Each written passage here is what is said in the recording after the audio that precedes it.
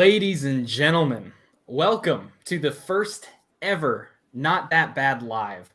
Oh boy, this is going to be a fun episode. This is going to be a lot of fun, and I can't wait to get into it. But first, let's get through our normal, regular introductions. My name is Connor, aka Grand Admiral of the Allison Fan Club, and I am joined by my illustrious co-host, Mr. Gabe Tice. Gabe, how you doing today, buddy? Well, I will be the only Gabe for this episode, for this You chat, are. so I'm feeling pretty victorious. Yes, Gabe We has destroyed other Gabe, to we Flopbuster Gabe, invited, yeah, we unfortunately. invited Gabe from Flopbuster, but he was clearly intimidated and realized who the Alpha Gabe was. Speaking of which, we do have somebody from Flopbuster joining us, our good friend, a good friend of the program, Tony Crespo. Tony, how are you doing? I'm doing great, guys. Thanks for having me on. It's weird being on like the guest on a stream here. I think usually I start the show off, and for a second I'm like, oh yeah, I do. I'm like, nope, not my show.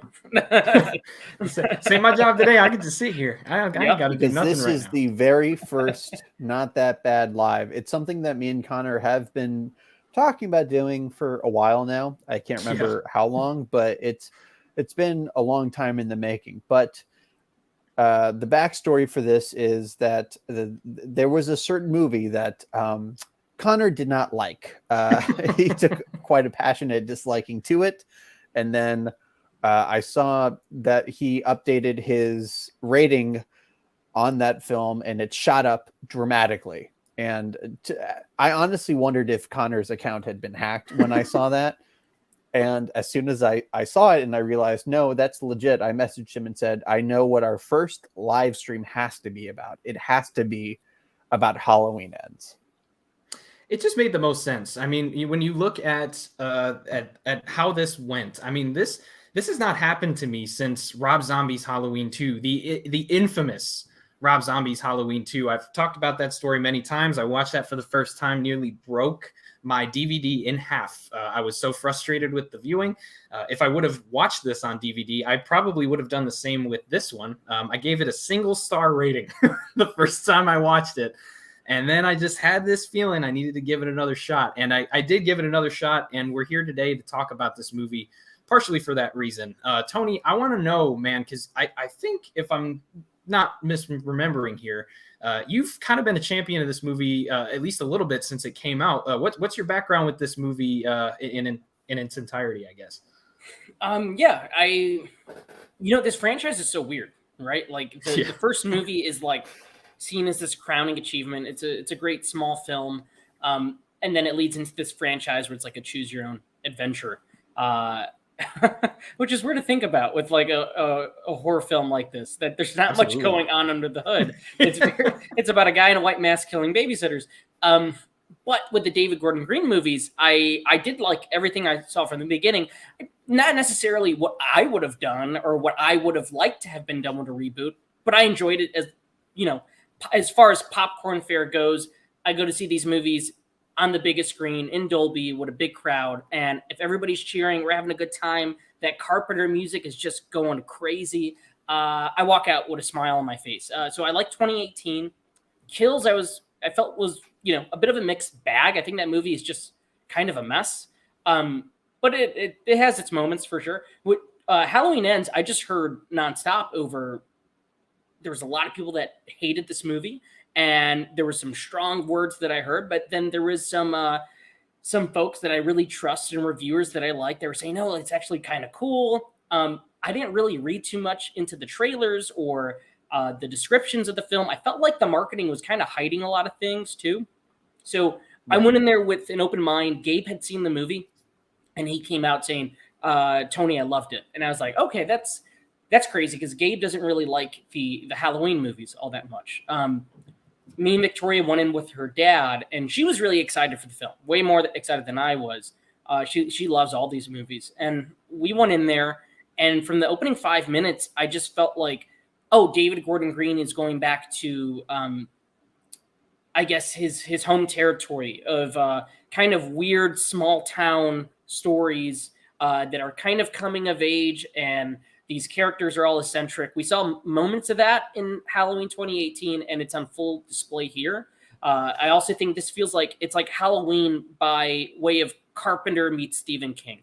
And I just dug the whole thing. I think it gave me something different. It's a weird movie, and I also think it's one of the best shot movies in the franchise. I love the cinematography in this. The music is fantastic. It's it's strange. It's a strange film to end on as a trilogy, and I applaud them for it. I think it was. I thought it was neat. I thought it was really cool, and I rewatched it last night, and my opinion really hasn't changed. I still really dig it. Boy, oh boy, this is going to be an interesting conversation to have. Because, like you said, this movie is extremely contested right now. This is not quite the Halloween Resurrection or Rob Zombie's Halloween 2 level of like hatred from people. But for example, I read a review earlier today that said, I don't know if evil died tonight, but I sure as hell wish I did. That's just an example of kind of how fans, especially Halloween fans, feel about this movie as a whole.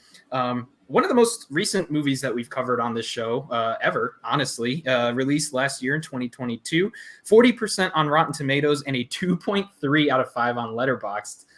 That rating has actually gone up slightly since the movie's release.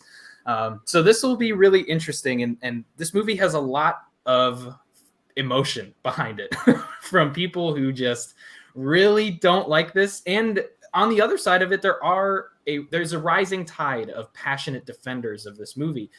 So I think I'm ready to get into this. I think we're ready to talk the nitty gritty here. And I want to start off on an easy point here, something that's easy to talk about, but that people do tend to have an issue with.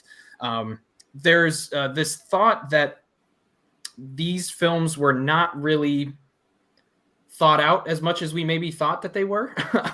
We thought that we would get a trilogy of movies taking place all on the same night. Eventually, that turned out not to be the case. I want to start with you, Gabe, in this case. I want to see, is this a complaint that you can kind of see the audience's perspective on? Is this something that you can agree with? What are we thinking about this issue? Oh my God, we literally know for a fact that this movie was rewritten. Right. And this whole trilogy was rethought once the pandemic hit. Instead of this being shot consecutively with 2018 and with Kills, the pandemic happened, production was suspended, and David Gordon Green and company sort of took a second look at this script they had for the third movie and decided that they were going to take a much bolder, a much more audacious route. I don't know exactly what was in that originally planned third entry, but yeah, it's an open public fact about this movie. It was almost unsequelized, I want to say. I feel like this was treated much more as a standalone movie in the minds of the creative team, both with David Gordon Green and with Blumhouse. Why they did that, I'm not sure, but I want to pose this feeling, and this is a totally neutral observation, honestly. It cuts both ways for me, good and bad, but this does not feel like a third movie in a trilogy. Certainly not to the first two movies. I think characters act wildly different, and there's not a natural progression from the place we saw them last in Kills to where they are now. In many ways, I want to say they kind of did it backwards. Laurie started in this trilogy as a very traumatized, Sarah Connor-esque badass on the hunt for Michael Myers. And after the carnage of the first two movies, she's kind of back to being a free spirit, a very lively and outgoing person. I don't want to criticize that, though, because this movie actually kind of addresses problems I had with those first two movies in that sense. I was not a fan of the direction they took Laurie Strode in back in 2018. I mean, I didn't give my history with these movies, but really quick, I was not a fan of these first two David Gordon Green movies. I've always been open about that. From the first time I saw Halloween 2018 up until now, I'm just... those movies don't have anything to offer me as somebody who is not a Halloween fanboy by any means. But this movie kind of challenged me, the skeptic, and gave me something that I wasn't prepared for. So that's why I say it cuts both ways. I can criticize it, but I don't really want to. I admire the risks they took in doing that. You are muted. It'd be help if I unmuted. Oh, there we go. It would help if I unmuted. Thank you, folks. We are live after all. Yes, it's a very fair point to make, and I want to ask Tony.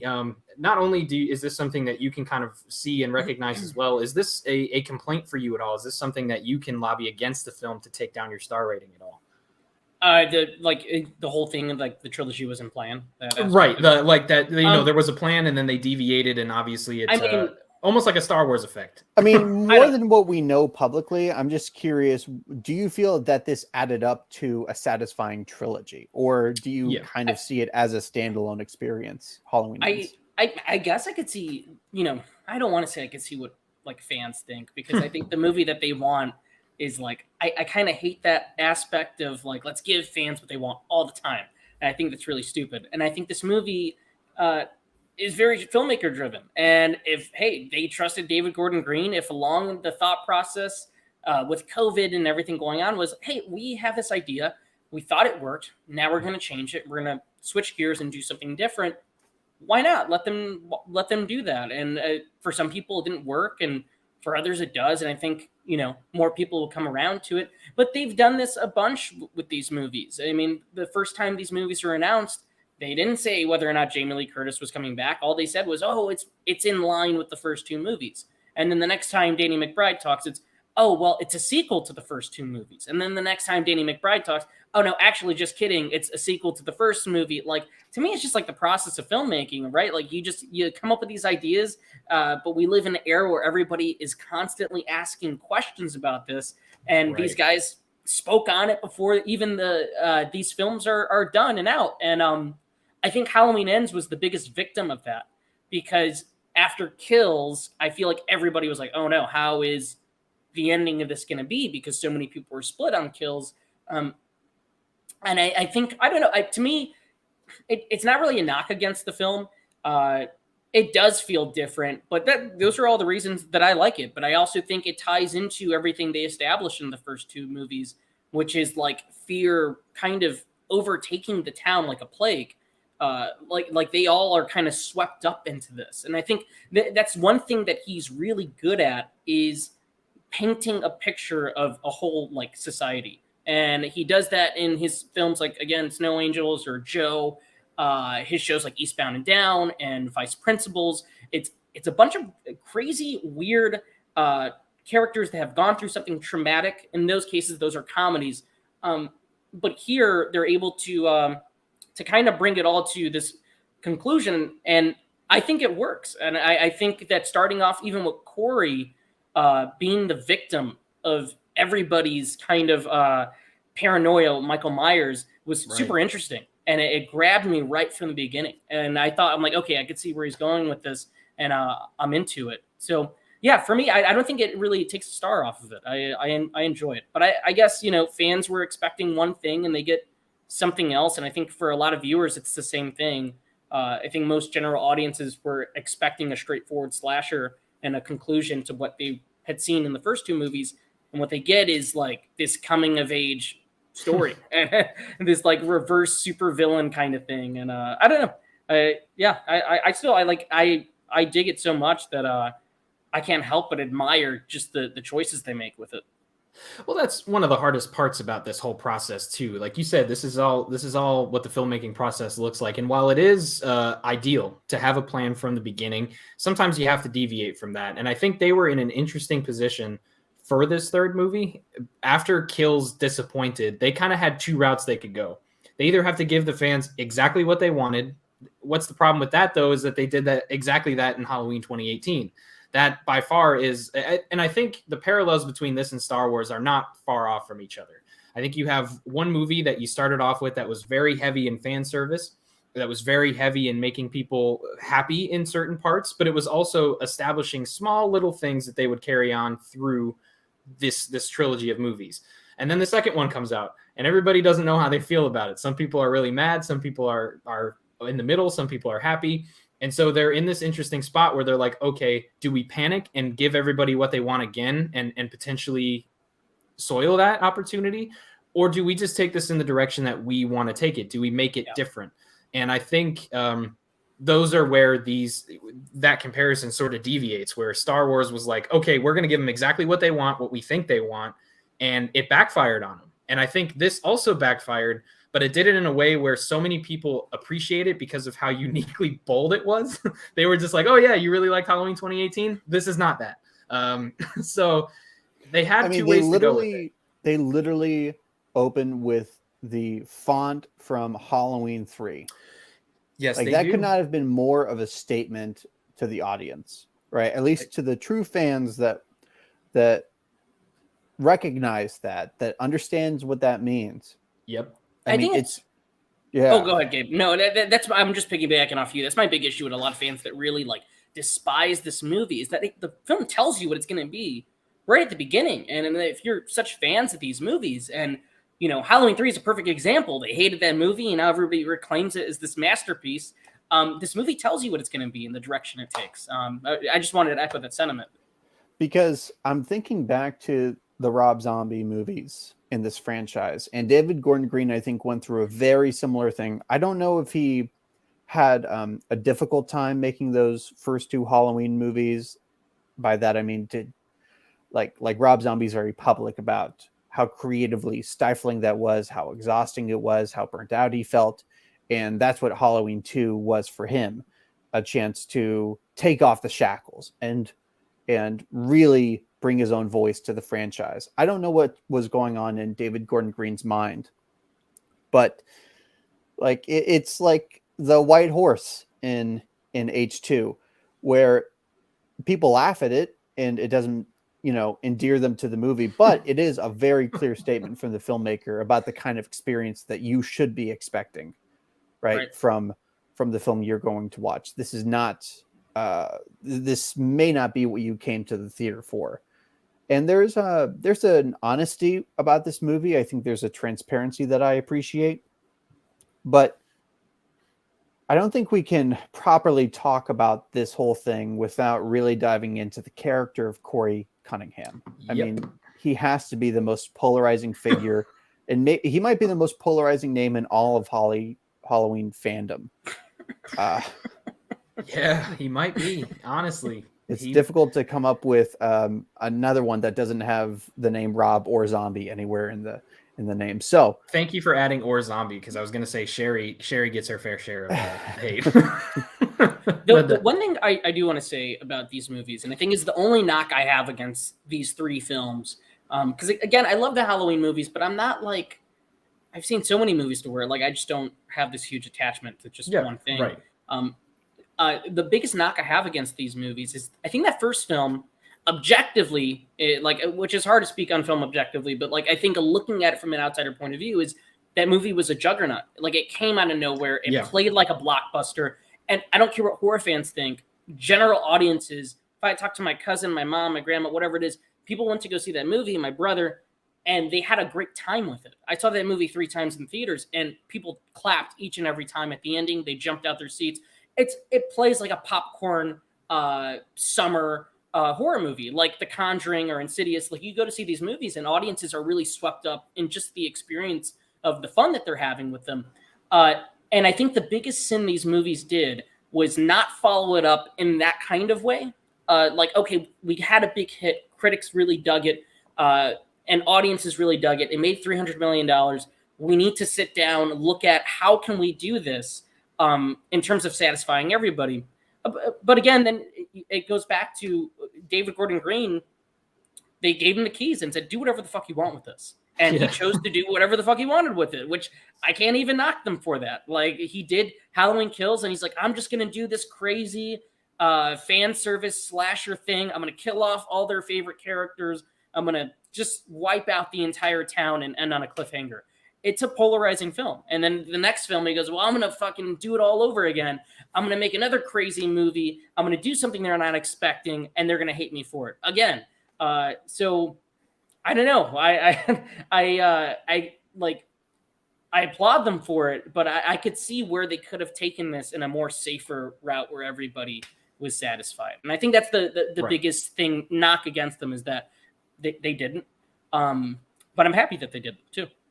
Well, yeah, and to your point, and this is going to transition perfectly to our conversation on the character of Corey Cunningham here, is they had an opportunity to try and play it safe. And I think when you say everybody would have been happy, I kind of agree with you, but I also think that there's a section of the audience that would have, it would have been the beginning of the end of Halloween as a whole. As much as this movie has been heralded as that by many people, it's not that, because you have now two things. You have people who want to see something different again, who are going to come back to the next one to see it. And you have people who want to see the same thing again, who are going to come back to see the next one. But I think if they would have just given people what they wanted for 3 movies in a row, you would have dwindled the part of your audience that really does not care about Halloween that much. People, generally speaking, the general audience does not want the same Halloween movie every time it comes out. They want similar things. They want slashers. Right. They want, blood and guts and boobs and stuff. I think they wanted the nostalgia. I think 100%. Hardcore Halloween fans are a very small fraction of the audience. I think when we look at the numbers of that 2018 film, they were really marketing on, hey, that feeling you had when you watched that movie, and it's like, oh, I was so scared of that movie. It goes on to gross $80 to $90 million. It was a huge thing. Right. But I see your point of view. Like, not everybody's going to be, you're not going to make everybody happy with it. Right. At all. Yeah, and with the character of Corey Cunningham, some would say they didn't even try.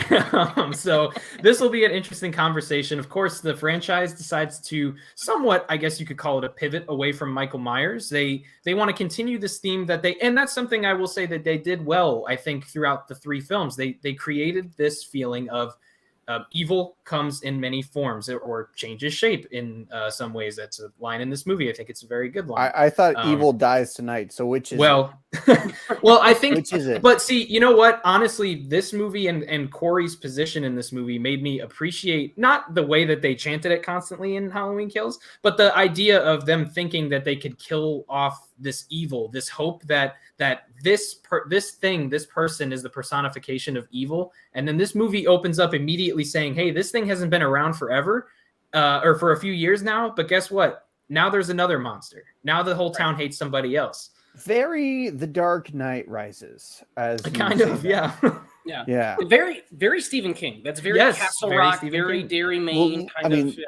Corey Cunningham to Arnie Cunningham. I mean, that's not subtle. That's very, it's basically another statement. It's the same character. He starts off with the glasses. By the end, he's got the jacket and stuff. Yeah. And there's no way that there's a coincidence that Christine is the only Stephen King movie to be directed by John Carpenter. No way that's a coincidence. Like, this is like a lot of these Halloween sequels and reboots, whatever you want to call them, pay lip service to John Carpenter in some way. But this is the first one that seems to truly at least care about the idea of understanding what that original movie was about thematically. And I don't want to get our show in too much trouble. But good luck. Talking about Halloween Ends. Good luck, buddy. We have a comment from Chris. I really enjoyed watching the transformation in Corey, not only in the way he acted, but in his look and even his voice pitch felt like a change from beginning to the end. Yes.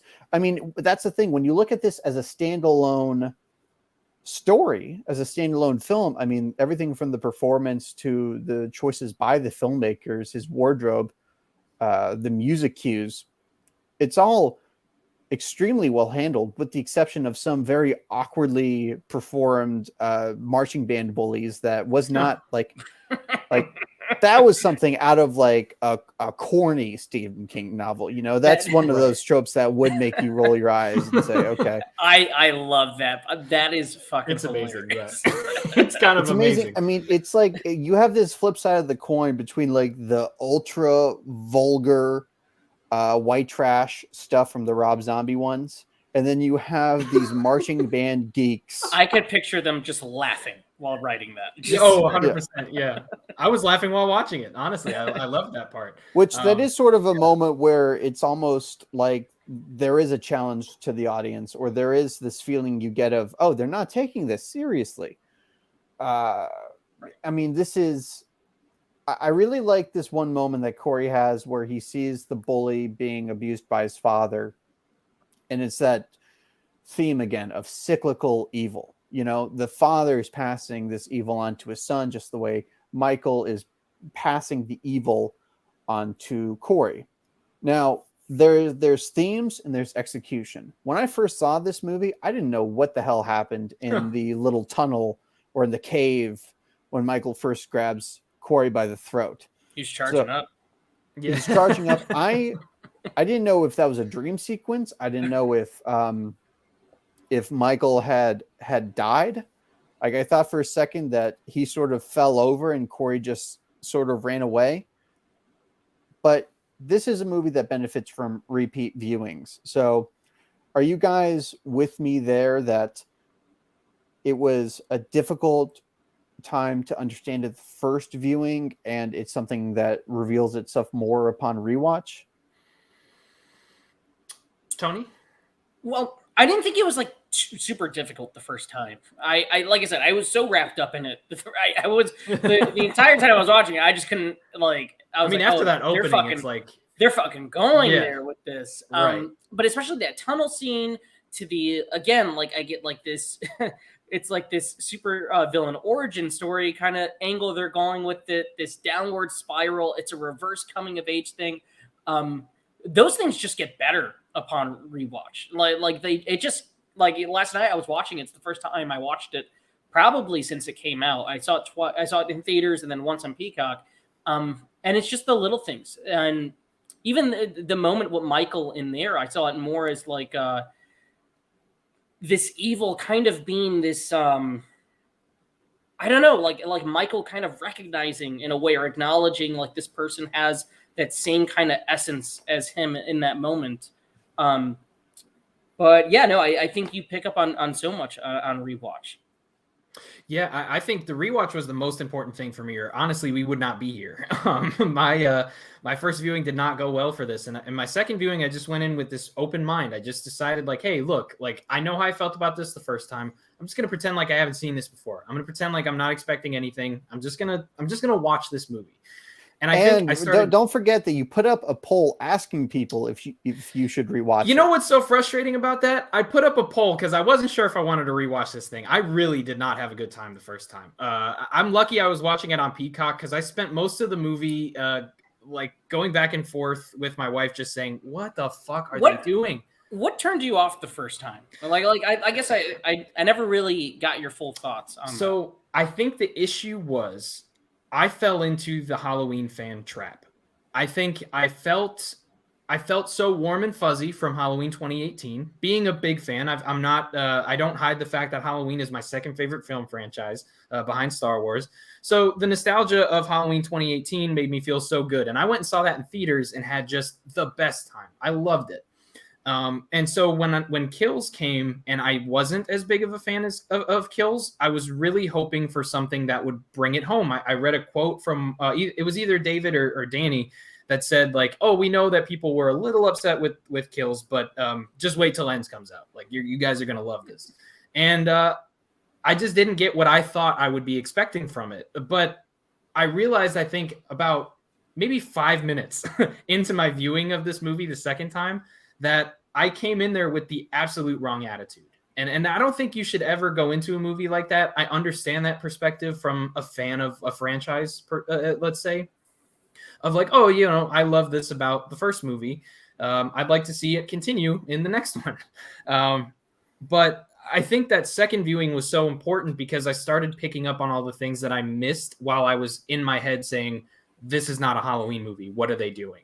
And look, my favorite Halloween movie, I do not apologize for it, is Rob Zombie's Halloween 2. The most different of them is my favorite.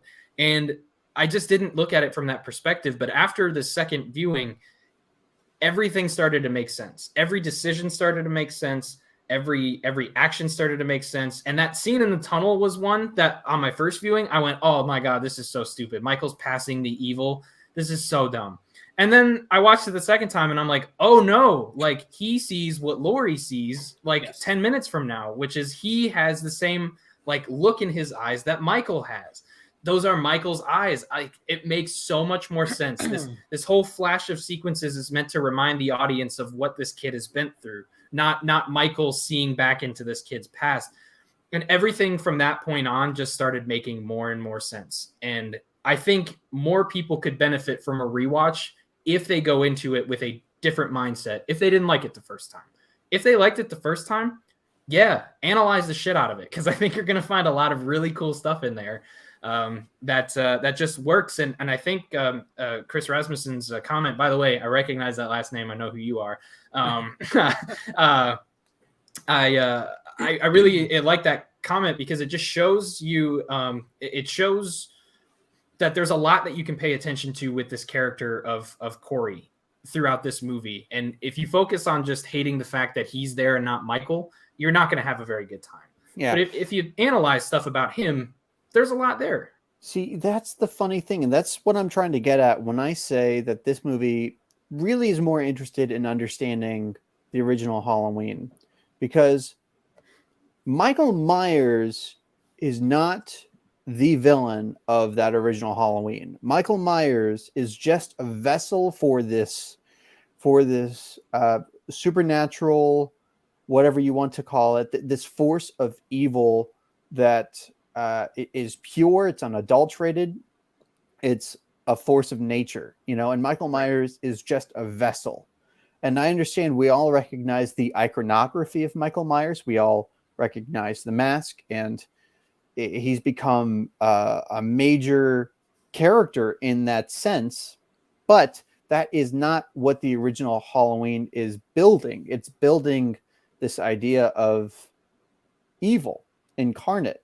And this movie is the only one that honors the original John Carpenter ethos in that way. So it's very ironic to me that the sequels that fans hate the most are the ones that I think arguably honor John Carpenter's vision. I mean, I'm like literally the inverse of every Halloween fan. I think I'm diametrically opposite of every sort of consensus opinion you could have about this franchise. That's why we have a show together. It's something that really bonded us. Even though, Connor is really a Halloween fan, I've seen all the movies. I make a point to rewatch them during the Halloween season. I have the Shout Factory box set. I understand that you need to have a passing knowledge of Halloween to call yourself a fan of horror movies and slasher movies. But I mean, this franchise, take out the original movie, this franchise has suffered from something I call simple ass movie syndrome, which is when you're trying to milk the shit out of a simple ass movie. And, you touched on this earlier, Tony. That original movie is really just a cat and mouse game with a brilliant soundtrack. Right. How do you make a franchise out of that warrants multiple timelines? They somehow found a way, but they didn't find a way to make everybody happy. So where do we go from here, right? This movie, does it pick the right approach in honoring that original movie, or should it have been more about pleasing the fan base that's been cultivated since that first movie came out in 1978? Right. Yeah, no, I don't know what they do though, because like a lot of the movies, I mean, let's say a lot of the movies these fans love, I mean, they're shitty movies. Yeah. They're bad movies. Like, hey, now you do have a Halloween fan amongst you. I'm trying to I don't want to be, I guess, like mean about it, but like these are bad movies. Like I think everybody can come and be like, oh, well, 4, I mean, it's a bad movie. 5, it's a bad movie. And these are entertaining movies. I think they're very entertaining. I watch all these movies. I like them. I don't really have deeper thoughts than like putting it on during Halloween, and then when it's over, I'm like, that was fun. Put on the next one. I'm gonna make something to eat, and that's it. That's all I think about when I watch these. I just want to see fun kills and the music, and that's it. That's about it. But I think we've gone to a point where we overthink it, and like we make it like this huge mythology and fandom and all. Like, to me, it's not Star Wars. Like, I know you, Connor, you compared it to Star Wars. Star Wars has mythology. Right, like it's a fucking story. Right. Halloween, like Gabe, you mentioned it. That movie is it's a cat and mouse game. there's nothing that really happens in that movie. It's 70 minutes of people walking around and kids chit-chatting on Halloween night, and then about 15 minutes of Myers coming out, popping out, stabbing a Laurie, and then the chase, boom, it's over. It's the music and the vibes that really carry that movie and everything that we think about to this day. So this movie, and I feel like every movie that follows a fandom like this to an extent, they find themselves in like a terrible fucking position, because it's like, okay, we have to please people that like these shitty movies and these shitty sequels, or we just go off and we do our own thing. There's really no winning. Like, even with Rob Zombie's movies, like, to his credit, he does whatever the fuck he wants with those, right? He had some trouble with that first one, obviously, but to me, the best parts of that first one are like the first half of that 2007 movie, because you hear him talk about it and he's like, oh yeah, I did this, or I like shooting everything very grungy in that first half, and then like as we progress and he becomes less human, everything becomes more still framed. Like, hearing him talk about it and seeing how it plays out, it's really, really cool. Fans don't care about that stuff. Like, they really don't. They just want to see things connected in their headcanon. And I just think that's fucking terrible. I think that's so stupid. I think you get a little bit of that with Halloween Kills. Like, they gave you everything you wanted as a fan, and in this one they're doing something different. I think it's on the fans at this point if they want to keep coming back to movies and want the same thing over and over and over again. You can always watch that first movie. You can always watch 4, you can watch 5, you can watch 6. It's really just a choose your own adventure at this point. I think asking filmmakers just to cater to you in some way is kind of crazy. And you don't have to like it. I mean, you should make that clear that you are not obligated to like Halloween. You don't like anything. Yeah. I mean, there's no law written anywhere that you have to dig this movie. It can be left undug. It really doesn't matter in the grand scheme of things of life and death. But what I don't want to hear people say, and what I've heard people say, is that this is one of the worst movies they've ever seen, that this is some abomination of cinema, that, you know, to have this anywhere near the bottom of your ranking of this franchise is a fundamentally unserious opinion to me. And I'm really not trying to get Connor in trouble, so I'm gonna restrain myself from some of those. Sometimes I fly off the handle about this franchise and its fandom. Connor is lucky. You're lucky, mister. You're lucky you changed your opinion in a week, all right? Say that much. I mean, Gabe was already sending death threats to my house. He didn't put his name on them, but I knew it was from him. I mean, like, you can just tell. The other Gabe, the Flopbuster Gabe, sure, right? Okay, yeah, okay. sure. We'll say that. Definitely other Gabe. We'll say that. Yeah. No, I do want to say too, like, they made a choice here. We talked about that a little bit before. They made a choice with this movie, and you're right. If you want to come back and see the same thing over and over again, that's something that some franchises give you. I think Fast and Furious right now is an example of that. I think they do it well. I think they say, hey, we have this formula that works right now. We were racing movies. Now we're just going to give you insane car stunts every single time that we make a movie. That's pretty much going to be the crux of our franchise. And hey, that works. It works for people. Those movies make a ton of money. But again, if that's not your thing, that's why I checked out at Fast and Furious 7. I haven't watched another one since then, and I don't plan on it. So you watched the first 7, to be fair. So I did. I know. I had longevity. I had longevity, and I. If you care about the family, you'll watch. Yeah, if I care about the family, I know you're on your rewatch right now, Tony. I had to throw that in there, but I'm watching Too Fast, Too Furious, and I got a hot take about that. I think it's the best looking movie in the franchise. John Singleton directed the shit out of that movie. But anyway, me and Gabe will talk about the Fast Furious movies at some point. We've always talked about that. But no, I get your point of view. Is like movies aren't made. I feel like it's the era that we live in now, right? It's the IP content streaming era where people just want things to be spoon-fed to them each and every time. But the movies that you love, those weren't not spoon-fed to you. They were created in a way for you to make up your own opinion on them, right? Like Hellraiser wasn't seen as like this huge thing when it came out. It was a weird fucking movie. People hated it. People loved it. and you formed your own opinion on it. But like they just want to love things that they recognize, and to me, that's kind of terrible. Like I don't want to watch movies in that kind of way. I want to watch movies that are different and exciting. And like it's not even one of the worst movies I saw last year. And I saw a lot of movies in 2022. I feel like Gabe saw even more than me. And I saw a couple of shitty movies too. And I think the worst kind of movies I saw were ones where I'm staring at the screen. And to me, I couldn't tell you a choice the filmmaker made. I couldn't tell you their vision because I'm bored out of my mind. I'm just watching images on the screen. To me, the best kind of movies are they have to be a visual experience. I have to look at it and be like, well, I could see what they're doing here. And it's interesting, whether that's cinematography or story or character. I need to fall in love in some kind of way and have some kind of emotional attachment to it. Right. And the kind of thing that people describe is like, that's not movies. That's just, that's like, those are fan stories. It's like, you know what I mean? It's a way to celebrate how much you like the thing you're here to see. Right. Exactly. It's some weird. It's not like you don't watch a movie sequel. When I say you, I mean this sort of general vague idea of fandom that we're talking about. You don't watch it for the same reason you watched that original movie. You watched it for a reminder or some kind of a way to plug yourself back into that world that won you over. Right. And this movie, I don't want to say it throws away the goodwill of the franchise or of that original trilogy.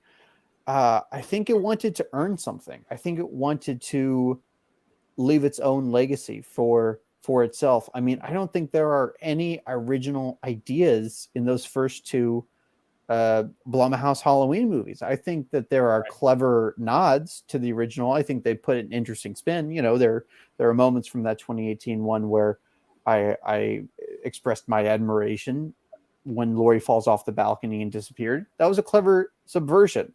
Right. But Corey Cunningham is now canon to the Halloween franchise, and he is a character that I have thought about a lot more than anything that those first two movies in this trilogy gave me. I don't know. Why do people hate Kills so much? I've always been mystified by this, and I would like to hear your guys' opinion because I thought Kills was exactly what the fans would have enjoyed. And the fact that it bombed makes this movie's kind of weird reception even more mysterious to me. Like, wait, they give you exactly what you wanted, but you didn't like that. And they gave you something very different, very unique, and you didn't like that either. Right. Yeah. No, I think Kills I think it's fun, but shallow. I think there's like that's exactly the movie that they made though. Like they meant to make like this big 80s thrill ride slasher kind of thing. And I don't think any of these movies are bad though. Like any of these David Gordon Green movies, I think they're all like significantly better than anything the franchise had to offer in the past 20 years or whatever it is. Like they got somebody who's got a unique voice. He came in, he did his thing. I know you guys love Rob, and I get that. I don't mind those movies. I was gonna say Gabe's about to have a no. Listen, I don't mind those movies. I don't mind Rob as a filmmaker. I really love The Devil's Rejects. But I think what Kills, I don't know. I don't know what it is that would have set fans off because it is something that like it gave you exactly what you wanted. You get a cool flashback to 78. You get Dr. Loomis in there. You get all these unique kills and I don't know. I'm not sure what the consensus was.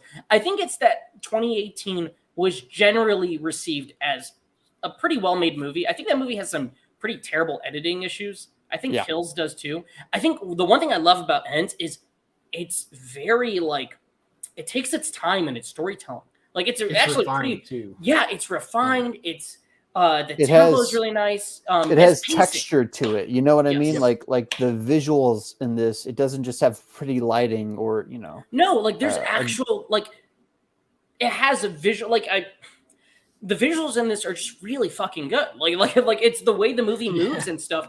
It feels like a movie. I feel like Harry Styles when I say that. In that interview, it feels like a movie. Feels like a real go to the theater kind of movie, doesn't it? But Halloween in 2018, as much as I like that movie, I can tell sitting there, if I really want to criticize it, I'm like, oh, they took a 2-hour movie and they chopped it up into 100 minutes because that's what that movie was. It was 2 hours from early test screenings. They said it was pretty much a full-on adult drama. And then at the 70-minute mark, all the killing happens. Like, they chop out at least 30 minutes of storytelling in that movie. Scenes that have not even made it to the Blu-ray or anything. Right. Like there's a lot of stuff that they cut out of that. So like, to me, that's what those movies suffer from. And Ends doesn't have any of that. Ends is pretty well told. It's I think the acting's as good as the first two movies. I think there's moments of levity in there. But I also just think it's the most visually appealing. I think like there's moments in here like Corey in the bathroom looking at his reflection, realizing what he's become. Or even the Willie the Kid sequence when Corey goes in there and he murders him, kills Darcy. All that stuff is just really fucking cool to look at. And to me, at the end of the day, when I watch movies, I just want scenes that I could sit there. Maybe I'm at work and I just go, yeah, that was really cool. I that's what I want to remember. It comes back to you. Yeah, it comes back. And you're exactly right. Like, this movie has sequences that really lingered with me. And I realized I didn't really explain my history with this movie. But when I first saw it, I was baffled by it. I didn't hate it, but I certainly laughed at it a couple times. And I was really ready to dismiss it. And I was honestly, I was kind of pleased to see a movie that kind of dethroned Rob Zombie's Halloween 2 as like the ultimate like movie that pissed the fans off, I guess. And then I was surprised at how often I kept coming back to certain sequences and certain images from this film. Like that, it snuck up on me, which is an experience I really don't remember having with any sort of mainstream tentpole franchise blockbuster. I mean, the sight of that kid dropping down from the stairwell in the beginning, and then watching Corey like look over the banister, the music and the editing, like what you're touching on there, Tony. Like the editing is so precise for moments like that, and it was like, oh yeah, David Gordon Green is actually like a master at this when he's on. You know, when he has the ability to channel his ideas and his sensibilities when he's on. Right. And then like later, just the images of like Corey and Allison riding on their motorbike through the town. Like Haddonfield has never looked like this. It has this kind of neon flare. It really seems like modern, but still stuck in this retro kind of atmosphere.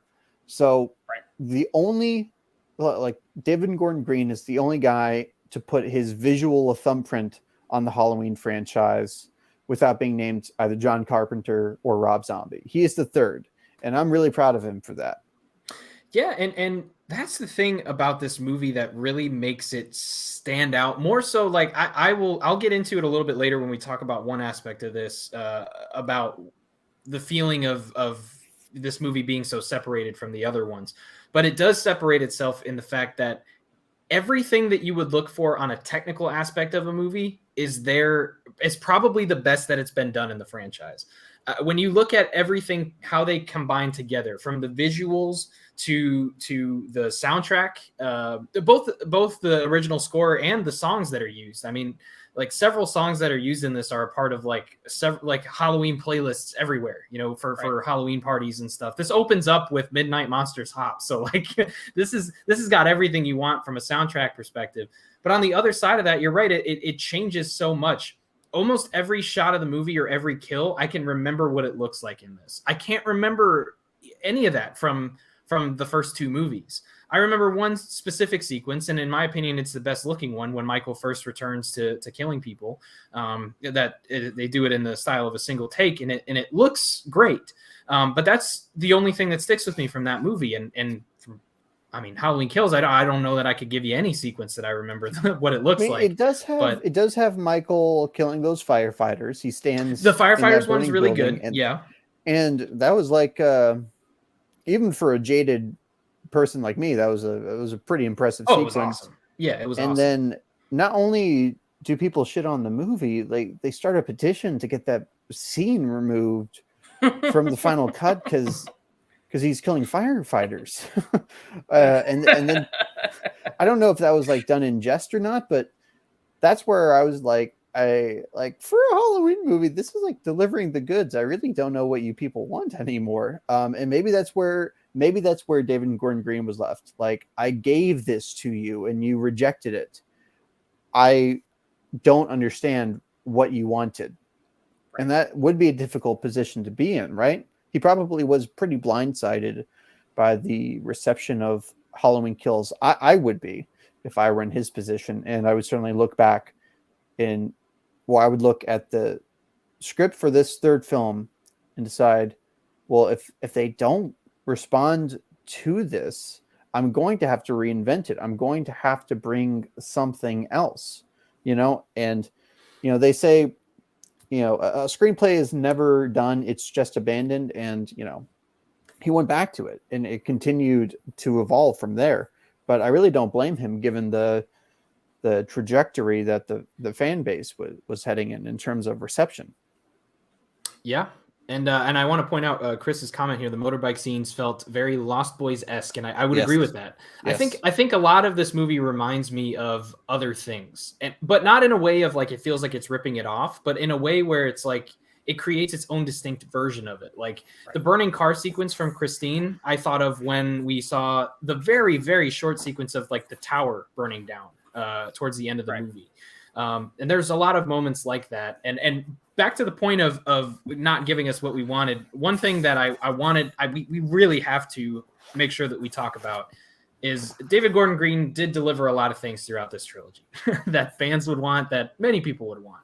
One thing he didn't do, though, is in Halloween Ends, he did not give us as much Michael Myers as I think a lot of people would have wanted. Now, we've talked about the fact that, the original film is not really, it's Michael's more of a symbol than anything. But since then, he's become this iconic character, one of the most iconic characters from horror. And I'm curious, I want to start with you here, Tony. The lack of Michael Myers in this film, does it ever get to a point where it bothers you? Is it something that raises an alarm bell for you as opposed to maybe something that adds to the movie, or which side do you fall on?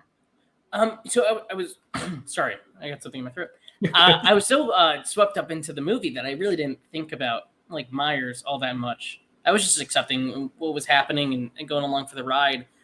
So when he does show up, I'm like, oh yeah, we kind of have to wrap up this Laurie versus Michael feud that they've set up for like 40 years.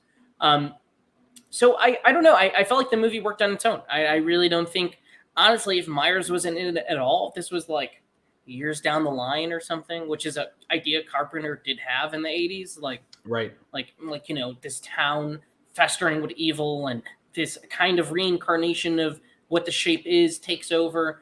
I enjoyed all those aspects of it. I thought those aspects were the strongest parts in the movie. I don't think it's a perfect movie because I definitely think by the time we do get Michael, it's like, yeah, but like he's now coming off less interesting than what we had for the first 90 minutes. I was much more caught up in that stuff. I've seen enough of Michael. I get it. He's old, decrepit. He's broken down. He's got like 2 fingers. He's just like the dude in Scary Movie 2. He's got lobster hands. Yes. This is my strong hand. Yeah, that's exactly that's exactly what it is. But no, I was so caught up in the first like 90 minutes of it that I really didn't factor Michael in until we get that great sequence with Laurie just like fights him in the most primal fight out of this series. We've seen them like in a boxing match in 2018. Like they're going back and forth. Karen gets involved. In this, it's very emotional and primal, and you get the idea that she just wants this to be fucking over. So I think fans get that, but I preferred everything that we had in the first half of it, for sure. I really honestly, I didn't really care Michael wasn't in it that much. Right. I really enjoyed the spirit and the vibe. And to Gabe's credit, he said something where, or maybe it was you, filmmakers, you can do things and not straight up copy or lift other movies. Like we talked about Lost Boys and stuff. I think this movie does a lot of very interesting things. It reminds me of David Lynch or a little bit of of Carpenter or whatever it is, but it's also very much David Gordon Green, and it 100% reminds me of the weird small town movies he had made early in his career. And yeah, like to me, those are the best aspects of this whole trilogy in this movie. Myers was cool, like it's fine, like it gives you what you want, but I think I'm against fans with that, where like don't know if I cared about him all that much because I was so wrapped up in what was going on in that in the first 80 or 90 minutes or so. Yeah, well, I want to throw this in there too, just as like a something food for thought, maybe for fans that don't like that too much. There's this interesting thing that I noticed on this rewatch after genuinely hating the movie the first time, and I think the thing that I realized the most is that word. It goes back to that word you said, primal, right? This very much feels like Michael Myers is behaving more like an animal in this movie, and in this trilogy. I mean, he found a way. He's injured. He's beat up. He's damn near dead. So what does he do? He adapts. He finds a place. What would an injured animal do? It would find a place where it could hunt undisturbed, where it could get away from the dangers that it perceives that it has. And when Corey comes into the picture, he sees this as an opportunity to get back to what he does. And so that team up makes a little bit more sense when you think of, he's not necessarily teaming up with Corey because he likes him. We see at the end of the movie, he doesn't give a fuck about Corey. He just snaps his neck. No problem. He's done. But that's what I liked about this, is he felt like this animal retreating into the woods after a failed attempt to catch its prey. But the end of the movie feels that much better than too, because the whole idea of this trilogy is that Michael and Laurie have nothing to do with each other other than what happened in 78. Nothing to do with each other. So I like the fact that in the first movie, Michael was very passive about Laurie. She didn't really care, or he didn't really care about her. He just was going to kill whoever was in his path. He was walking away from her at one point. She shot him and she was yelling at him. She was almost baffled by the fact that she's so affected by this thing, but he doesn't care. And now at the end of this movie, it just feels like he's now desperate to take her down. You know, we see it. He's desperate to do anything. He fights literally till his last breath. Right. He's still moving and fighting. Whereas she sees this as like, okay, I'm just going to get this over with and I'm going to move on. That's how she treats this. It's how it's treated. And to me, both sides of that and how Michael is treated completely turned me around on that whole lack of Michael Myers in this movie. It's not so much a lack. It's showing the themes in a way that still satisfies the fans, gives them what they want from Michael, but gives us more of the thematic aspects of what they're going for, as opposed to, oh, let's just throw Michael back into this. And I'm curious, Gabe, do you have some thoughts on this lack of Michael Myers in Halloween Ends? Well, I think I commented on it, that Michael Myers to me is not the villain of this franchise. Right. It's the evil that possesses him. I mean, there's a reason they call him the Shape. I mean, if you watch the original movie, they don't say the name Michael Myers hardly ever. It's always him. It's the evil. Very deliberate choice. And the fans have come to love Michael Myers. The fans love to see him, but that's not what these movies are actually about. And if you want to cosplay as Michael Myers, if you want to, dress up like him for Halloween, or make a Michael Myers ornament or Funko Pop, put it on yourself, that's all cool. That's a way of interacting with the movie. But it's a very weird position to me to call this some sort of sacrilege when this movie is literally about the very theme of the original. And the way they handle Michael, I was going to call him Mike. I don't know why. Mike Myers. Mike Myers. Mikey, Little Mikey Myers from down the road. But I think it's I mean, he should never, to me, be the star of the show unless you're really willing to commit to that, like a Rob Zombie. Like he is definitively the protagonist of those movies, right? Right. But in the John Carpenter world, or in the John Carpenter sense, to me, he's just really he's a piece of it. He's a piece that should add together with this foreboding atmosphere, or with this tension, or with this unsettling mood. He's a piece of that. And he's a piece here. I understand the frustration that people probably had after basically having, a Michael Myers extravaganza with Halloween Kills, which that embodies everything I'm criticizing right now. That is, let's make Michael the star of the show. Like, let's not actually make him any more interesting of a character. Let's just show more of him and show more of the kills, completely undercutting the mystery surrounding him. You know, it totally ruins the point of the original to me. So this movie totally honors that much more. And when Corey is wearing the mask, to me, it's like we have Michael Myers in this movie. There is no difference to me artistically than seeing Nick Castle wearing the mask. I mean, there's a difference in a sense because of the character arc that we've been following. Right. And to me, that makes it a much more satisfying watch to actually see Corey come to embody this. We never got to see Michael's evolution in those original movies, save for some remakes by an equally polarizing director. So I think if we keep saying his name, he's just going to show up here. So we better be like careful. Beetlejuice. Yeah. I mean, but that's the weird thing. This is so parallel to those movies. It's really hard not to bring it up, especially when you're in the habit of doing it like me and Connor are, even with completely unrelated movies. Yeah.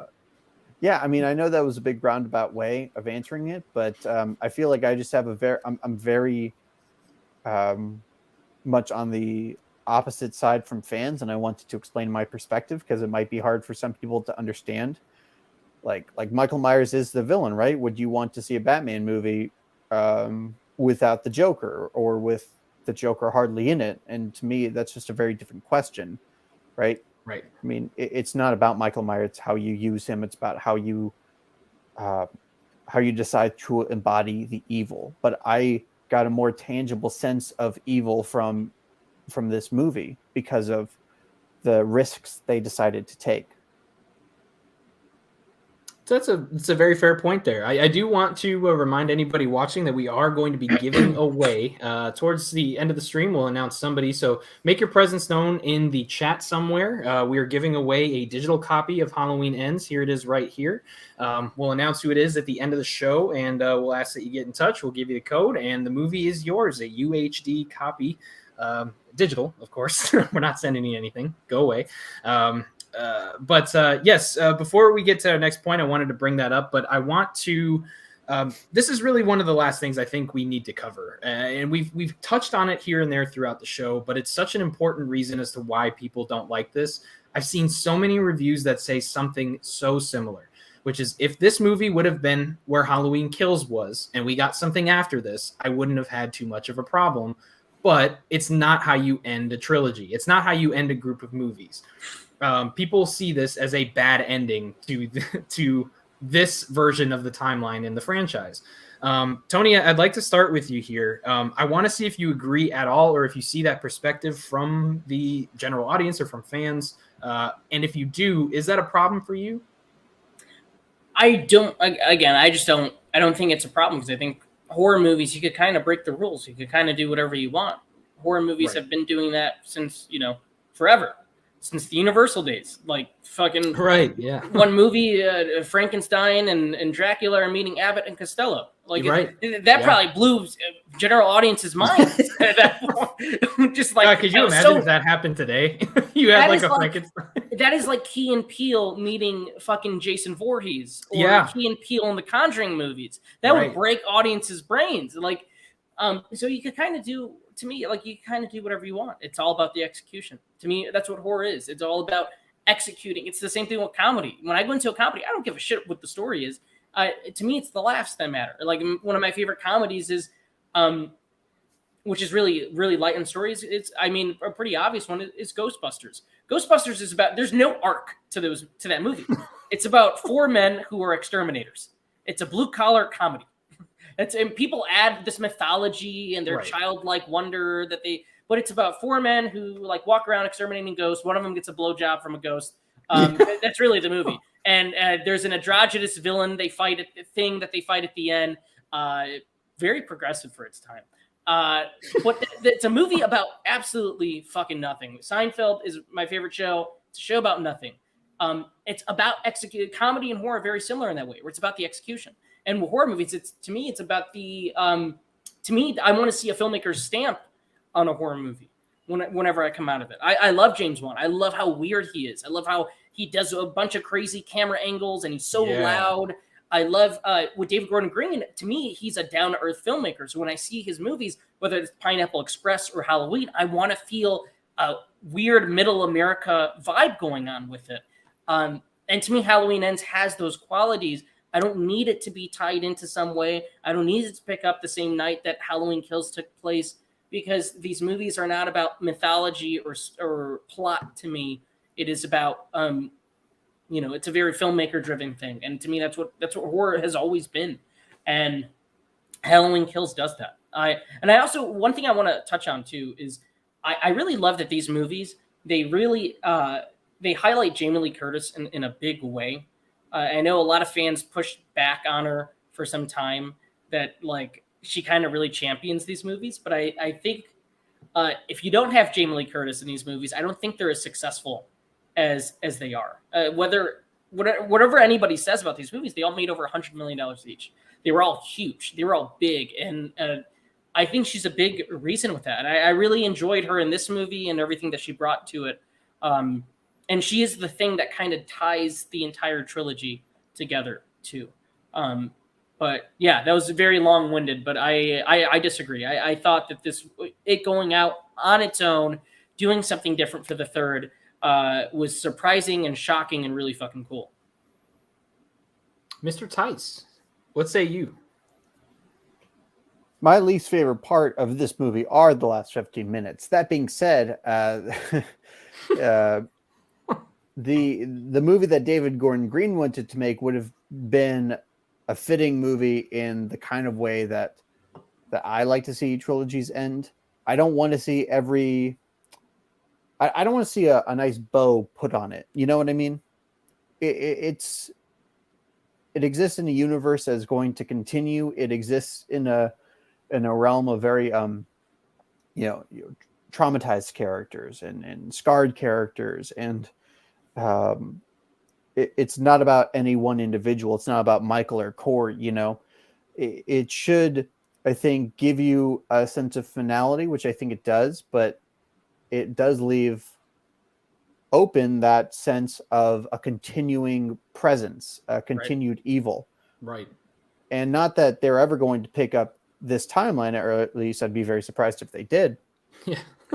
Especially after how this movie was received. But yeah, just it almost, like, obviously this isn't the end of a trilogy, but to me it gives me this same satisfactory feel. The Empire Strikes Back.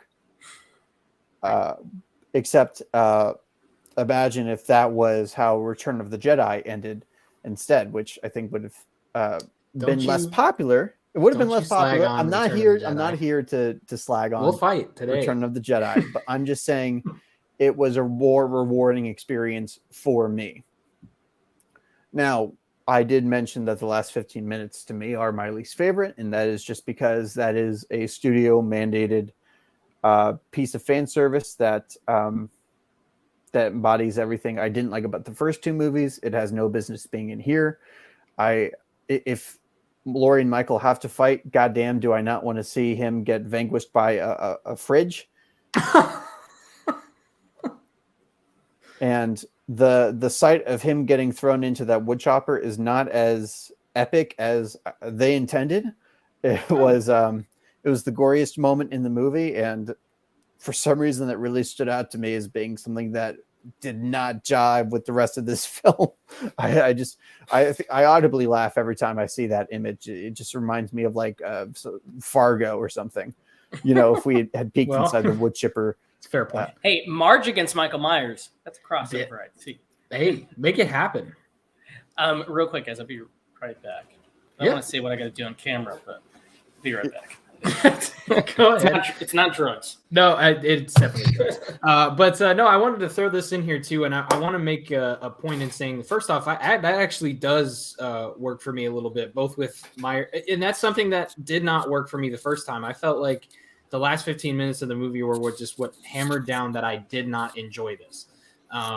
it had everything that I didn't want to see. It had a very short, what I felt was a very short confrontation between Michael and Laurie. I felt Michael was manhandled by this 60-year-old woman, a 60-plus-year-old woman, and that's just insane to me. She's pretty beaten up at that point too, and she just handles him pretty soundly towards the end of the movie. But then again, Michael is weak, right? Well, I mean, see, at this point, that's why I turned around on it. Yeah, because as I mentioned, like one of my favorite aspects of it on my rewatch was that he's very much a creature. He's very much a creature in this movie. He acts like something out in nature, where if it's a wounded animal, it's gonna hide. It's gonna, and if it's threatened or it feels threatened, in doing what it's supposed to do. In this case, Michael, I sort of compare it to Michael being out hunting. For example, he's out doing his thing. He's out to catch his prey.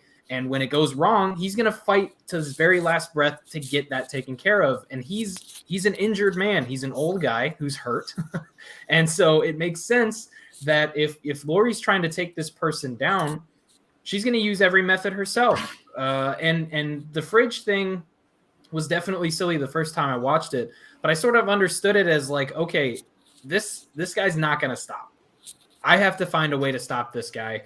And I think I appreciated that more on my second viewing of the movie, as well as the destruction of him. It felt very much like the town needed to know that the evil was gone. But you get this sense in looking at everybody's face that while this is a great event, watching this thing that's terrorized this town for truthfully 40 years, if you really think about it, over 40 years, being dumped into this thing to just definitively everybody just saw him get torn apart. There's no way he's coming back.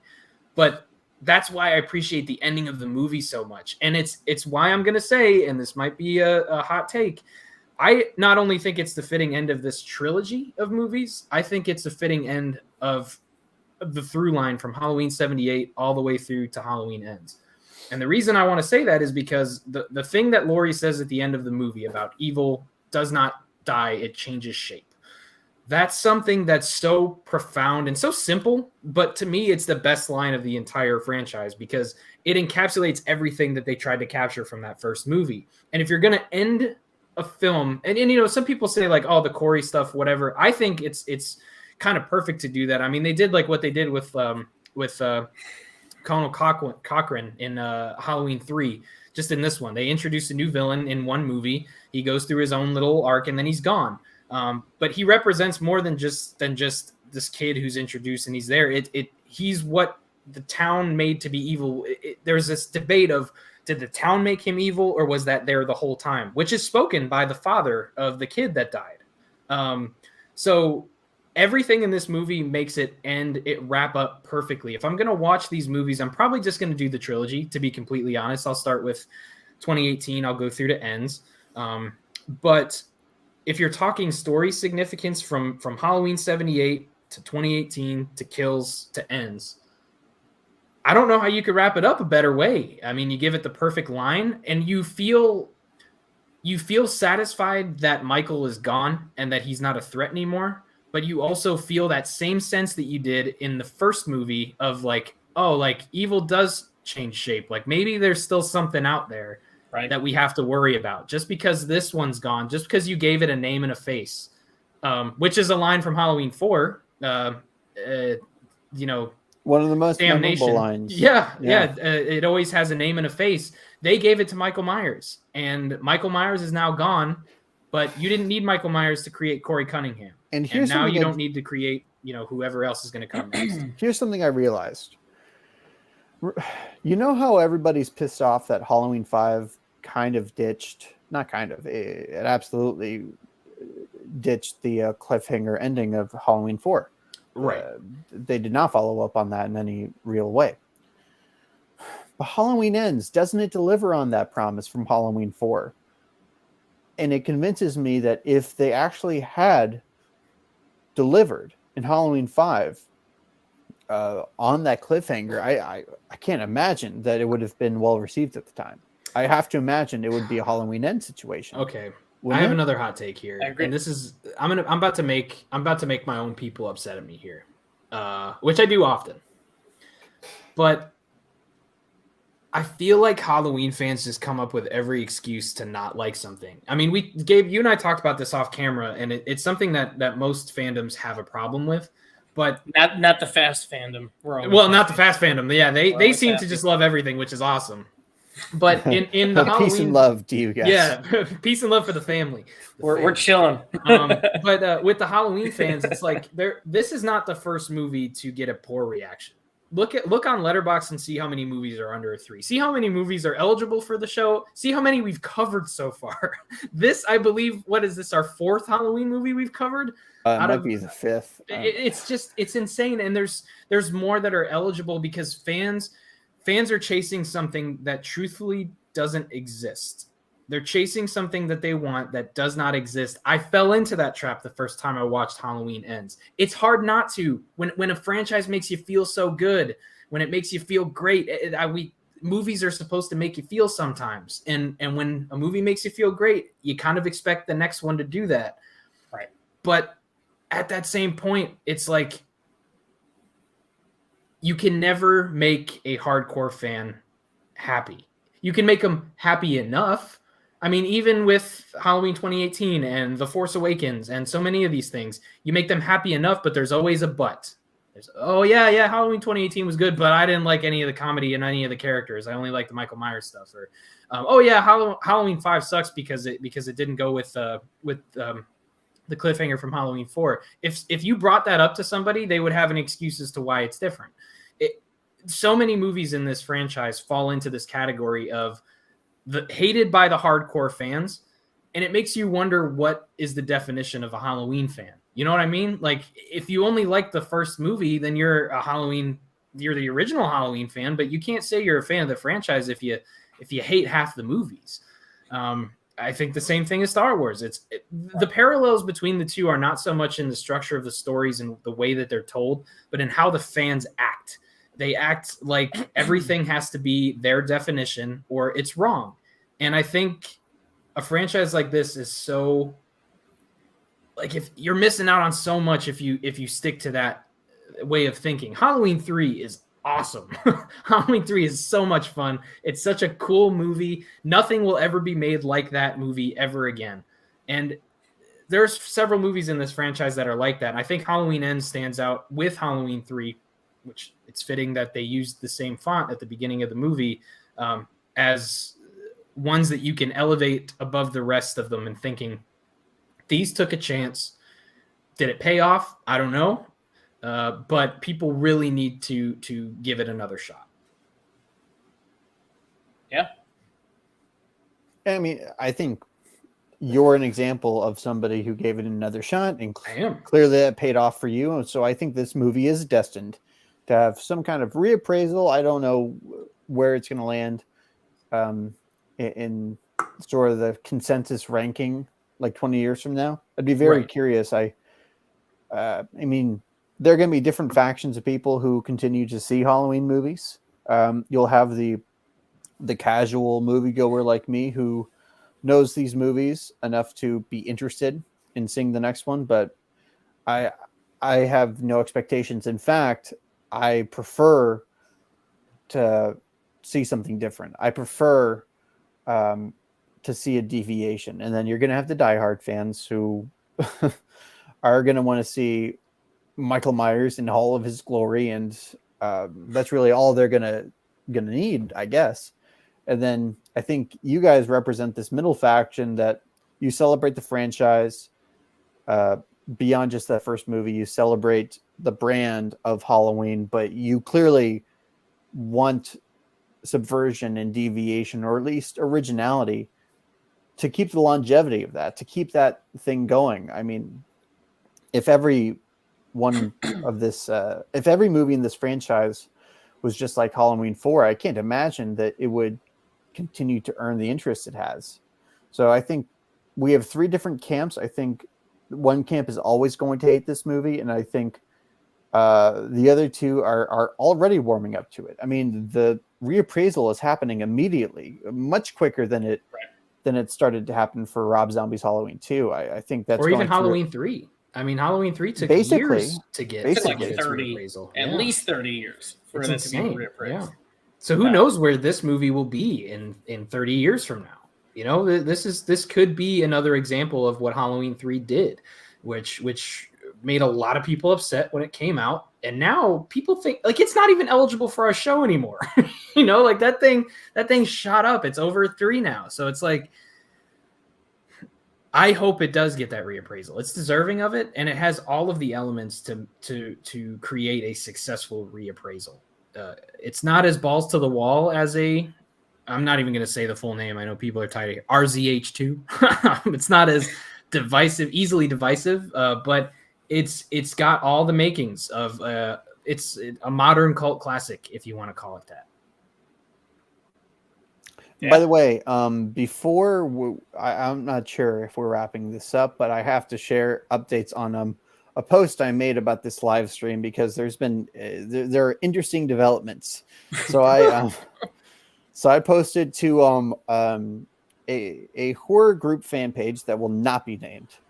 I said, we're talking about everyone's favorite Halloween Ends. It'll be nice to talk about a real non-controversial flick, something that really unites the fan base. And the most recent comment I got was drama queen. Somebody calling me a drama queen. Oh. And we found the people we've been discussing for the last few minutes. It didn't even take like 30. It didn't even take like an hour for them to appear. So yeah, speak its name. We Beetlejuiced them into existence. I've noticed that about like Halloween fans and like Friday the 13th as well, where it's like the people that are like these super hardcore fans of these movies. Trying to like form my words right here so I don't get, I understand. I don't know how to quite word this, but they're like kind of idiots. They're pretty much idiots. Like they're kind of like backwoods, small town, monster drinking, can't really read, can barely write idiots.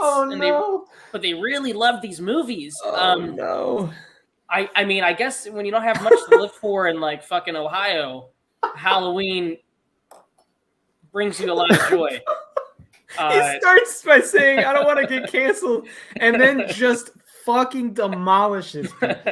See, I thought you were trying to pick to choose your words carefully because you wanted to put it diplomatically, but the opposite. Dude practically cut a Stone Cold promo on these Halloween fans, but man, this is like, but that's what these movies bring out of people, I think, because there is that other side of Halloween fandoms.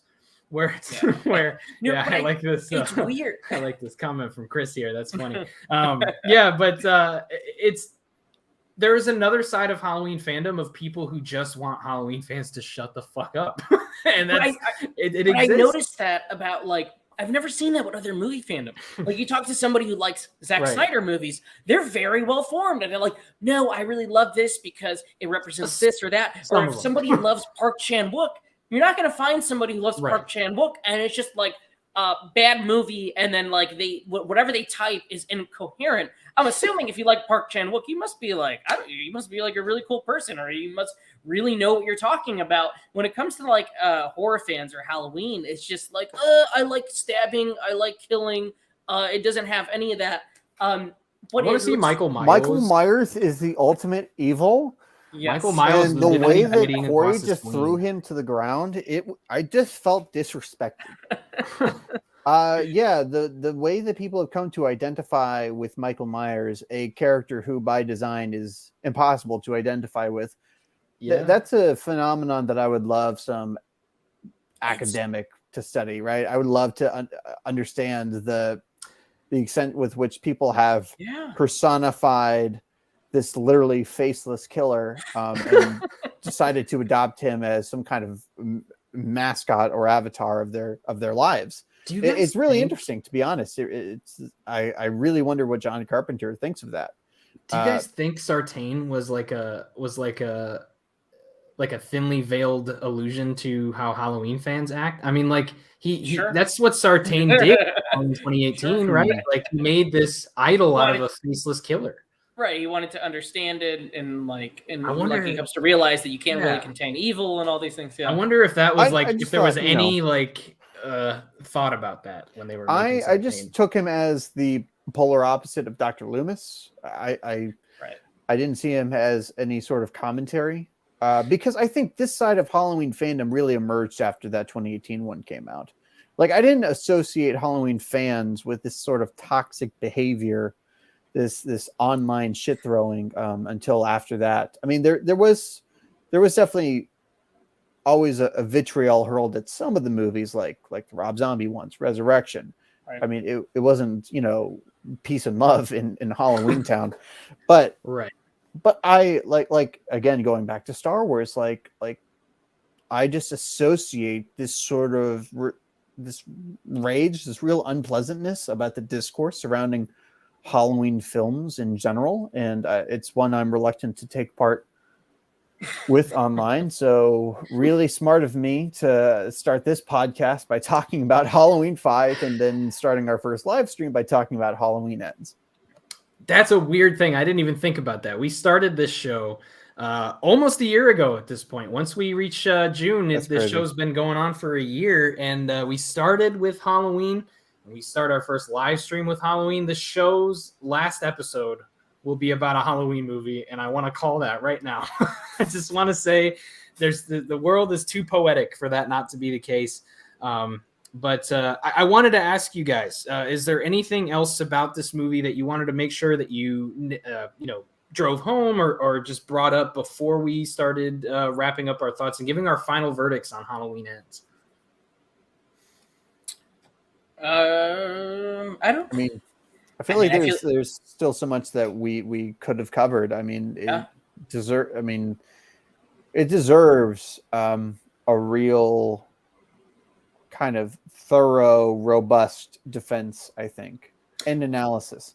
Why don't we mention some of our favorite things about like a couple of things that we thought, maybe should have been brought up in the conversation that we enjoy about the movie? That could be a way to bridge that. I just want to say it has my favorite kills, even though this is not a kill-centric movie. This has my favorite kills of this trilogy. Oh, cool. I think the kills are gory. The gorehound in me was satisfied, but graceful too. Some people wanted to see that kid's face get torched like in clear focus, foreground. I didn't need that. I really thought the way they handled that was kind of perfect. A perfect balance between the John Carpenter mentality of less is more and what a modern audience would want out of these movies. So I wanted to highlight the kills, the thumb hitting the needle on the turntable. Yeah, that was like a bit of Sam Raimi. I could imagine that popping up in an Evil Dead movie. So just classic allusion to the side of horror that I love. Right, this is the first time I feel like these movies have spoken to me. So yeah, that's I guess the note I want to leave on. Yeah, good stuff. Yeah, I think the music is some of the best of the trilogy too. And I thought, there wasn't many tracks and kills that I really dug. I felt like kills the soundtrack was kind of lacking, or the score. I mean, I thought it was fine. I know Victoria's giving me a look. She just walked in. She loves she loves that movie. But I thought Halloween 2018 was like a rock concert. Like the score was so fucking good. What I loved about Ends is like everything that is Carpenter. It has a little bit of Christine. It has a little bit of The Fog in there. Yes. I don't hear any Big Trouble in Little China. It's okay. They can't hit every mark, They can't hit everything. Or vampires. There was no slide guitar. Yeah. Ghosts of Mars. Great movie. But no, I think just the character-driven storytelling in this is, to me, what really works. And that's the thing that I come back to each and every time. I really do like the Corey character. I think what's his name? Rory Culkin, or not Rory Culkin? What's his name? Rory something. Yeah. Rory Culkin. Is that one of the Culkin brothers? I don't know why I said that. Let me see. I have it here. His name is. Start calling him Rory Culkin. His name is Rowan Campbell. I was off the mark. Rowan Campbell. I think he gives a really nice performance in here, which people were going off on this whole thing that he's a bad actor. There's been a lot of complaints about damn that which acting. is I don't crazy. see any of those. I think that's insane. I think his performance is really compelling. It's the most interesting thing about the movie, acting wise. He's the most interesting character, and I really dig it. I hope people come around to it, but at the same time, if you don't like it, more for me. Don't like it, go ahead and watch Halloween 6. Watch the original Halloween 2 or Halloween 2. Yeah. Like, I'm not knocking anybody. If you like those movies, that's fine. There's something in it for everybody. Right. But I think this is a genuinely well-told, chilling horror story and a fitting conclusion to, like you said, Connor, the entire franchise too. And until Connor can get back, I do want to actually address some problems I have with the movie personally that are still unresolved, even on this most recent rewatch where I really did come to appreciate the movie.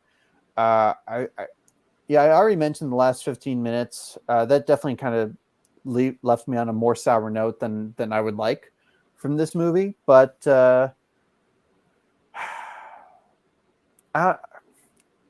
and I've already addressed how this fits awkwardly in the trilogy as it stands. Right. I think my main problem is probably around the Allison character. I just was having a very difficult time connecting with her this time around because I don't know. I don't trust the way that she was reacting to certain situations. Right. You know what I mean? So And I think, if you want to touch on that, Tony, I would like. No, I actually agree with you. I don't think this is a perfect movie. I think there's still issues with it. As much as I champion that, I think it's really fucking cool, and it's one of those movies that, like, when you think of the vibes going on, the visuals, like, I just really dig it. With storytelling, there's some things, and your issues that you have are pretty much my same issues. I felt like Allison in this, there was something lacking in the writing of that character. It felt like completely different people were writing it, and I'm convinced they are because there's new writers on this one. I don't think it's not. I think the first one was Danny and David and one of their friends from film school. I forget the name. Jeffrey something. But Scott Teems wrote Halloween Kills, and this one I know they had different writers come in. I think one of the writers who wrote like the novel, like the novelization of it, helped with the screenplay. But Allison specifically, and the conclusion of Corey, I felt like. I was like, oh, like, huh, like that's just the way. Okay, and then we get the Myers fight with Laurie, which is I as much as I like that it's primal and emotional, and it's just like let's get this the fuck over with. It is one of those things where we had so much great momentum that I feel like the conclusion there is a bit of like the journey was better than the way that we wrapped things up. Until those last frames, the last frames with Hawkins and Laurie, I really liked that scene. I really liked that quiet moment, and it kind of feels like Laurie is reverting back to, the first movie is about loss of innocence, and she's kind of reverting back to that 17-year-old self. I mean, she's had a life of just complete trauma, and she was like a shitty mom, and who knows, she's talked about these divorces she's been through. At the end of this movie, it feels like this is the Laurie that we met at the beginning of Halloween 78, talking to Hawkins on the front step. I really love that moment. I think that is such a great way to end the movie. But right before that, the Corey stuff and the ending of Michael, I'm with you. It feels. You talked about the studio mandated thing, and I am curious if there was ever a version that was just completely wild and different, because that does feel like, oh, we need to wrap up the actual story. Like, we need to wrap up these things that we set up, Laurie versus Michael. We kind of have to do away with Corey. Let's go ahead and do that so we can finish off this movie. That's where, like, that 5 minute to 6 minute gap in there, in the house fight, is where you really feel that. And that's where my issues mainly lie, just that 5 to 6 minute stretch.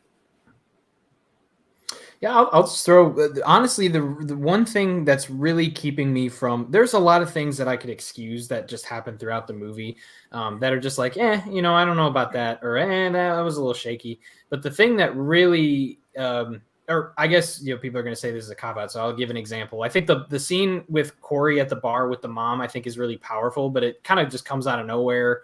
And then the scene after with Allison just kind of comes out of nowhere. These characters really haven't known each other for a while. I do get their connection and such that, there's sort of this mutual fascination between, what they are to the public, which I get that. And I get that's why it's so strong so quick.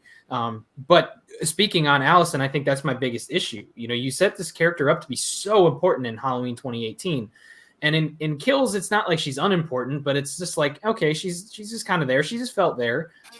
This was, to me, the biggest issue for a through line for these movies is that Allison does feel like a different character. I can appreciate the maybe the desire for her to like change up aspects of herself to sort of separate herself from the trauma that's happened. I mean, her father died, her mother died.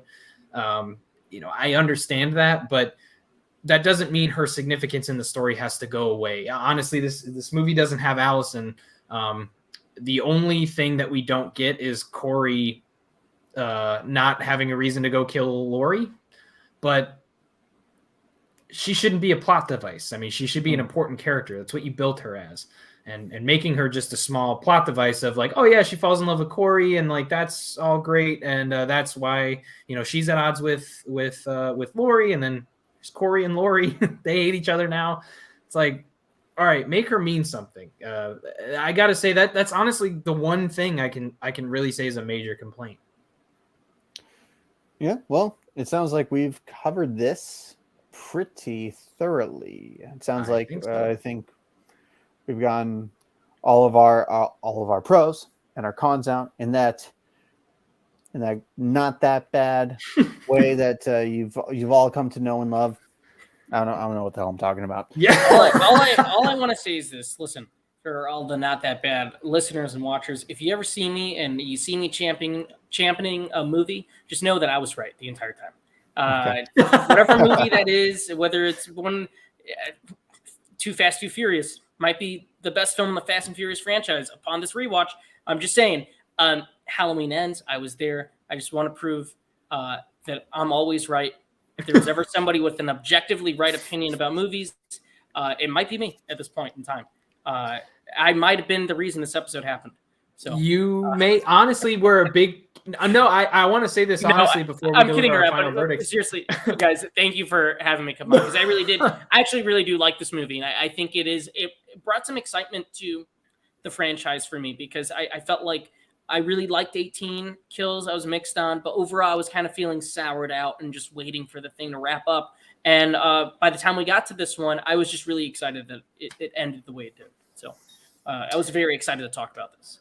Well, we got to thank you for coming on, because truthfully, I mean, you played a bigger role in this show happening than you think. I mean, just there's quite a few people who I see their opinion on movies and I just go, huh. Like, if it's different than mine, I want to know more information. Or if I don't know more information, or I don't want to like bug somebody by asking like, hey, what'd you like about this? I'll just be like, oh man, I'm just gonna put that in my brain and just think of it like, okay, if I'm gonna rewatch this one day, these people liked it. And like Gabe at one point had come around to it a little bit, and I was like, okay, well, we have some similar opinions, and like maybe I missed something. And then I saw you talk about it. I saw your co-host, who my co-host scared away, and Victoria's opinions on it too. Like you guys are all people that I would have great respect and admiration for their opinions. So it was a big reason as to why. I mean, fuck, that poll made me so mad, because it was 50-50, man. I put it up. I'm like, hey, help me decide. And they're like, okay, we're going to split it down the middle. This is your pick, bitch. And I was like, all right, fine. And I went ahead and rewatched it. So that's a big contributing factor. But before we close the show, there's two things we want to hit. The first of which is our final verdicts. We always give these movies a final verdict. It falls on a scale for us. There's 4 potential ratings you could give it. That would be, it's that bad, it's not that bad, it's actually good, or it's actually great. I want to start with you here, Tony. I know this is a movie you like, and I know that this is a movie you've liked from the beginning. Give us your final verdict, nail home any final thoughts you want to give, and then we'll move on to my co-host. I would probably end up at it being actually good. I think it's just a really solid entry in this long-running franchise where A bunch of crazy shit has happened. I mean, this guy has been stopped by pebbles at some point. We've had some pretty terrible performances by Paul Rudd and Josh Hartnett's hair. And we get a really solid movie here. And I think that, I think it just delivers on that. It's really cool. It's one of the most unique looking as far as like big franchise horror movies go. It's got a great vision. The storytelling is very simple and old school, and there's a ton of great scary moments in it, especially again the Big Willie scene and the junkyard stuff. And I really dug the music. So overall, I would say actually good. Fantastic to hear. And Mr. Tice, where are you going to land, good sir? What do you got to say? Yeah, let me put it in some context, right? Because as I was trying to explain to Connor off camera, this movie doesn't exist on its own for me. The way I interact with it and the relationship I have with it is really determined by the context of where this movie stands in the legacy of these films and what it represents. It is more audacious and just more interesting than it almost has any right to be. It was like it was set up to be the conclusion of a trilogy that I would not have given two thoughts to after the initial hype died down. Right. This trilogy would have had no shelf life for me, but the deconstructive approach that they decided to take, and the reflection that David Gordon Green took, both in how he was approaching this trilogy and the level of input and legacy that he wanted to put on it. There was just so much that they decided to do in this movie, and too much of it pays off for me to say anything other than it's actually good. I mean, there are some wonky executions of ideas, and this movie is probably fit too awkwardly in a trilogy for it to be actually great. I think it might have been even robbed of a chance to be actually great, but it is certainly good. It is certainly nowhere near the worst of this franchise. And I wish that I hope that this movie earns a reappraisal so that more filmmakers in this space, in this franchise, will feel emboldened by this movie's success. Two actually good so far. Puts a lot of pressure over here. I wonder where I'm gonna. I don't know. No. In all seriousness, I started my journey with Halloween Ends at a place where I didn't see it going anywhere but further down. I started with a 1-star rating on Letterboxd, and I said the 1 star is for. I believe I said the 1 star is for the visuals, and that was it. And I didn't anticipate my second viewing of this to change my opinion very much. I thought maybe I'll like it a little bit more, maybe I'll hate it more, but that'll probably be where it stays. And I found myself really enjoying it that second time around. I felt like all of my issues that I had with the movie kind of melted away, with the exception of the treatment of the character of Allison. I felt like everything that I thought didn't worked so well for me. And this arguably has some of the most memorable scenes and visuals in the entire franchise, which are things that I value very much as a big fan of it. So I didn't know where I was going to end on this. It shot way up my ranking, probably one of the biggest jumps in star ratings that I've ever had in rating movies, which I've been doing for a long time. But I'm going to say it, man. Halloween Ends, I thought was actually great. I'm going as far as to say actually great. This movie with more watches has the potential to shoot way up my ranking. Right now it's at number 7, which says a lot. I know that sounds low, but I really like this franchise. It has a lot of tough competition, but this has the potential to shoot way higher than 7. It has the potential to be a top 3 at some point if it continues to go the way that it's going in my brain and the way that I've been taking this movie. So weirdly enough, the guy who came into this as the one of us who honestly could say they hated this to start out, gives it the highest rating. Very weird turn of events, but not unlike our show to do. Hey, and that's kind of the thrill of doing a show like this, right? Is seeing that transformation. I mean, this isn't just about defending movies to our audience. I mean, I think we're on a journey with every film that we talk about, and I've had my mind changed throughout. I would call myself the movie Steven Crowder, but I love my wife way too much. Well, my fiance. Jesus Christ. This is a live show. I probably shouldn't be making jokes like that I can't edit out later. Yeah, you can't edit these out, motherfucker. Can't edit these out. I'll take that one to my grave for sure. So, first off, thanks again to Flopbuster. Wish other Gabe could have made it, so he could have been other Gabe for this time around. Yeah, see how that feels. Maybe that's why he didn't come. You know what? That's probably it. He was excuses. You just didn't want to be other Gabe. But no, for real. I mean, we're really grateful to you, Tony, for coming on and talking about what has to be the most divisive and therefore the most clickbaity film of last year. Yes. And I mean, this is how we decided to launch our live streaming. And I mean, I'm enjoying this format, and let us know, guys, how you feel about this, because we want to continue doing this format and our regular pre-recorded episodes for sure. But I've enjoyed the different pace of this, if you want to call it that. Yeah, and like you said, Tony, thank you for coming on again. You've been a frequent collaborator. You are our first guest on our show, so it only makes sense that you're our first guest on our first live. Somehow fate turned out that you were the only first guest on our first live show. So thank you so much for being here.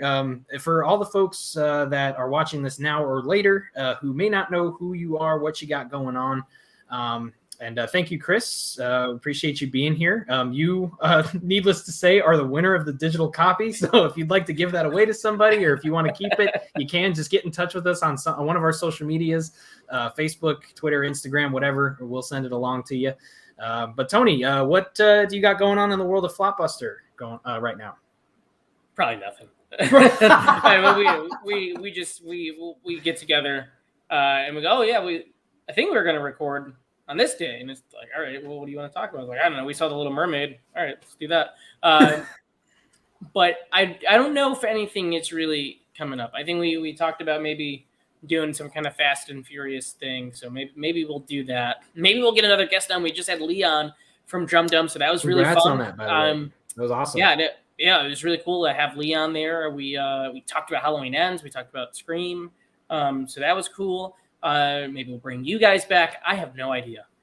We do not plan Flopbuster. We kind of just go by whatever it is we want to talk about at that moment. Gabe, who knows what he'll want to talk about? I have no idea. It's a good point. We'll be back next week, and I guess we'll figure it out then. We'll probably say the day before, very last minute. Well, hey, that's part of the fun of the show. For anybody who's never seen a Flopbuster stream before, it is so much fun to hang out in. You're going to see the Not That Bad account there, mostly because my personal account is still blocked. That's a story for a different time. Yes, you'll see the Not That Bad account there. Come interact. It's such a fun show. Those guys have a great dynamic together. I'm sorry that everybody couldn't see that today, but I totally understand why that happened. And I hope that you guys go over to that channel and just have fun with their show. It's so much fun to hear their discussions, and most of the time arguments are just the best. So definitely head on over there. If you happen to be coming over here from Flopbuster, though, thank you for checking us out. You can subscribe to our YouTube channel. We also got Patreon. If you want to subscribe at any tier, even the lowest, you can get any of our monthly specials. This month we are covering the Superman movies, one Superman movie, Superman 3, as well as Supergirl, which was a lot of fun to record. We're so excited for everybody to see it. Got a lot of other cool stuff you can get from our Patreon as well. And if you just want to support us any way you can, head on over to our website, notthatbadpod.com. You can see any links to all of our platforms. You can see anything you want to see, honestly. So head on over there if you want to support us at all. But Gabe, is there anything else you want to add before you take us out, good sir?